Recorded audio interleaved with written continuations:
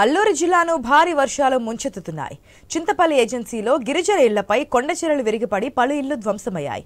బండరాలు పడడంతో చట్రపల్లిలో చాలా ఇళ్లు నేలమట్టమయ్యాయి. కొంతమందిని తాము రక్షించగలిగామని, మరికొందరు కొండచెరలలో పడి గల్లంతైనట్లుగా స్థానిక గిరిజనులు తెలిపారు. తక్షణమే అధికారులు తమను ఆదుకోవాలని గిరిజనులు కోరుతున్నారు.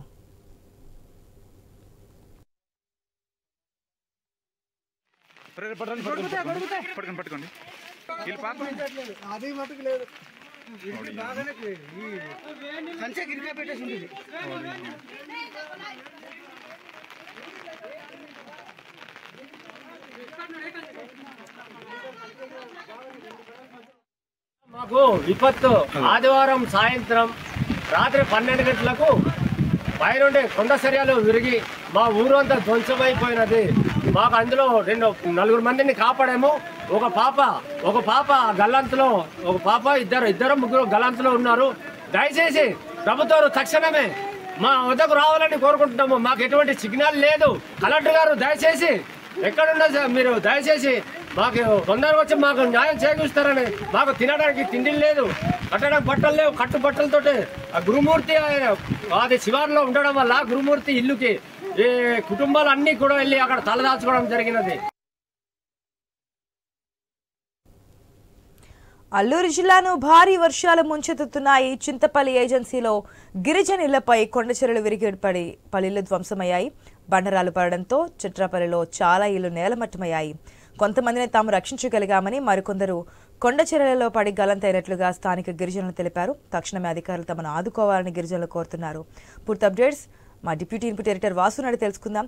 రైట్ వాసు, గత కొన్ని రోజుల నుంచి మనం చూస్తున్నాం. అయితే నిన్న పడినటువంటి వర్షాలకి వరదల కారణంగా పైనుంచి కొండచెరలు విరిగిపడ్డాయి.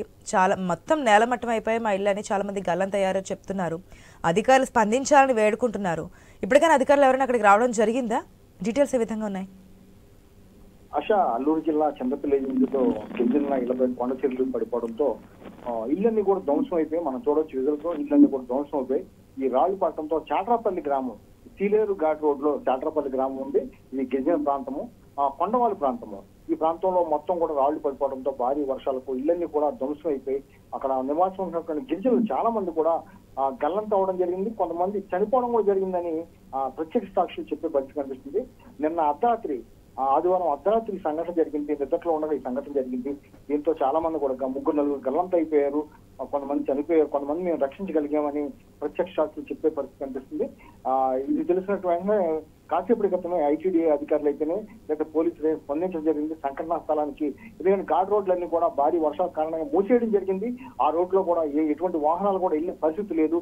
ఘాట్ రోడ్డు, సీలేరు ఘాట్ రోడ్డు, లంబసింగి వెళ్లే ఘాట్ రోడ్డు మూసేయడంతో ఆ రోడ్డుకి వెళ్లే మార్గం లేకపోవడంతో మొత్తం అధికారులు ఇప్పుడు అప్రమత్తం అయ్యారు. మొత్తం కూడా సీలేరు రోడ్లోనే దాదాపు చాలా ప్రాంతాల్లో కూడా ఈ విధంగా ఆ ఘాట్ రోడ్ లో మొత్తం ఇళ్ళని కూడా ధ్వంసం పరిస్థితి ఏర్పడింది.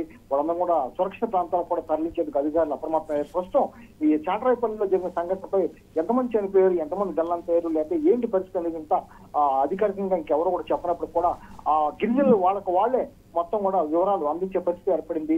మొత్తం ఇప్పుడు కూడా భారీ వర్షం కురుస్తుంది. అక్కడ చాలా ఇల్లు కూడా ధ్వంసమయ్యాయి. అదే ప్రాంతం 3-4 ప్రాంతాల్లో కూడా ఇదే విధంగా ఇల్లు ధ్వంసమయ్యి ఎంతమంది గల్లంతయ్యారు కూడా తెలియని పరిస్థితి ఏర్పడిందని కూడా చెప్తున్నారు.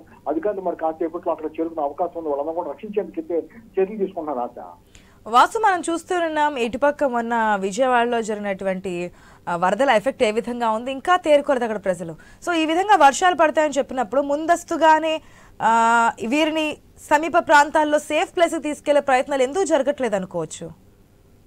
సహజంగా ప్రతి ఏటా కూడా ఈ వర్షాలు రావటం కొండవాళ్ళ ప్రాంతం. నేను చూసాం విశాఖ నగరంలో, ఎక్కడో కాదు మహానగరంలో, గిరిజన ప్రాంతం కాదు విశాఖ నగరం, గోపాలపట్నం నగరంలోనే కొండచెరియల ప్రాంతాల్లో నివాసాలు పెంచుకున్నారు. మొత్తం కొండలను ఆక్రమించుకుని వీళ్ళకి ఇల్లు లేక, ఉండే నివాసం లేక తప్పని పరిస్థితులు, గత్యంతరమైన పరిస్థితిలో ఈ కొండవాళ్ళ ప్రాంతాల్లో ప్రాణాలు తగ్గించి ఈ ప్రాంతాల్లో నివాసం ఉంటున్నారు. ప్రతి ఏటా కూడా చాలా మంది ఈ వర్షాకాలంలో ఇదే విధంగా చనిపోవడం జరుగుతుంది.